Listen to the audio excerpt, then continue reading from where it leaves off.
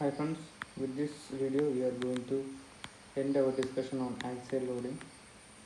So in this particular video we are going to discuss two concepts, that is elongation and then another important topic called thermal stresses. Thermal stresses. Okay, so let's consider elongation first.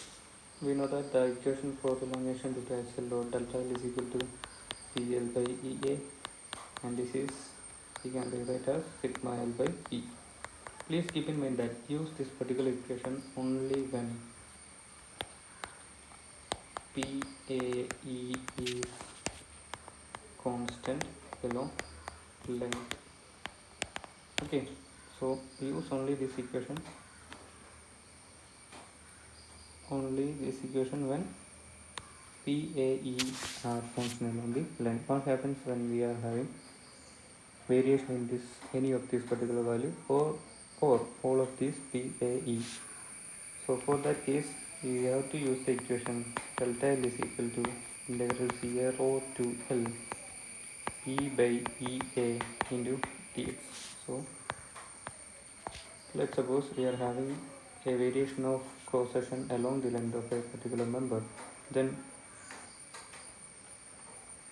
generate some equation for the area for some arbitrary cross section, and then use that equation in this particular equation and then integrate from the limit 0 to L, so that you will be getting the variation of or the elongation due to or the change in length due to the axial loading conditions. Okay, so if we are concerned about different areas, we are having some already calculated equations, like if we are having some bar or the shaft which is taper in nature and which is having some d1 diameter over here and d2 diameter over here, and let's say it is supposed or subjected to some axial load W on both the sides, then we can calculate the change in length delta L is equal to 4WL by 5E d1 d2. Use this particular equation. Okay, and if you are provided with some other type of bar which is having some square cross section like this, and at this end we are having A as the side and here we are having B as the side, which is having some length L. Here also let's consider which is having the length L.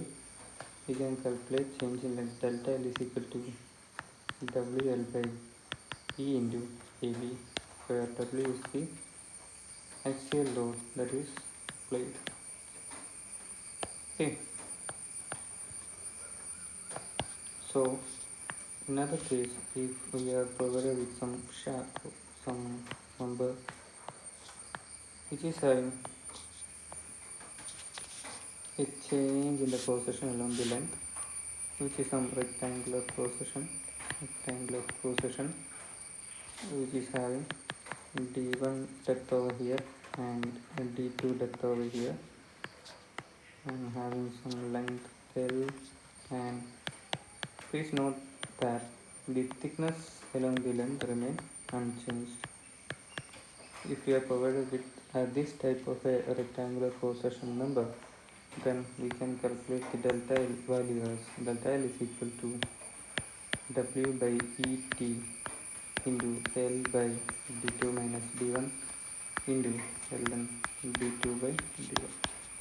Okay, so we can simply use these equations to determine the change in length very easily.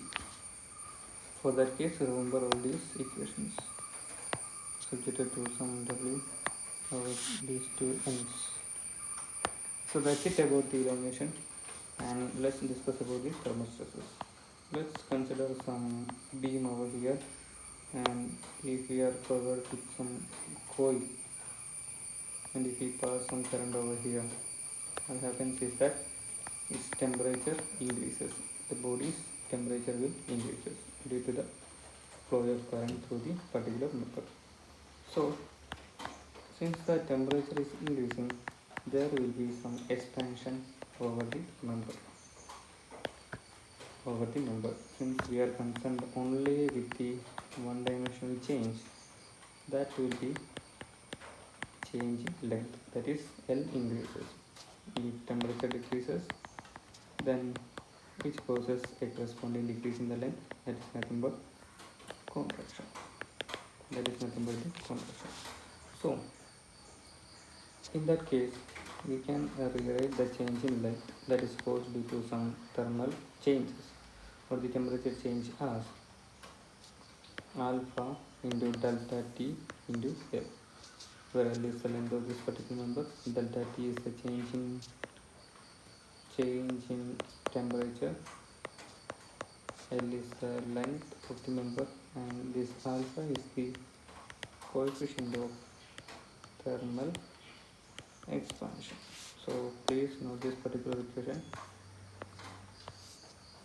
and which provides you with the change in length that is caused by the temperature change. And we all know that strain is nothing but change in length by the original length. If we apply this to this particular equation of delta LTS, we can write it as alpha into delta T, implies thermal strain is equal to alpha delta T. Thermal strain is alpha delta T. And if you are provided with some strain, then we can calculate sigma is equal to E into epsilon.